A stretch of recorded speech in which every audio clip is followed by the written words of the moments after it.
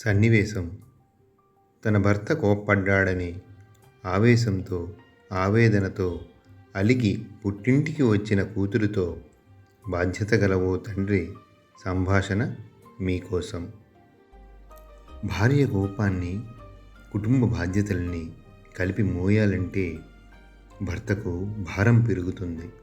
అదే భర్త భారాన్ని అర్థం చేసుకొని తాను ఒక అర్థం పంచుకుంటే అర్ధాంగి అనే పదమునకు ఆమె అలంకారమవుతుంది. పండుగల మొదలైన బంధములో పరమార్థం పరిమళిస్తుంది. ఇది అర్థం చేసుకుని కలిసి నడిస్తే బంధం బలపడుతుంది.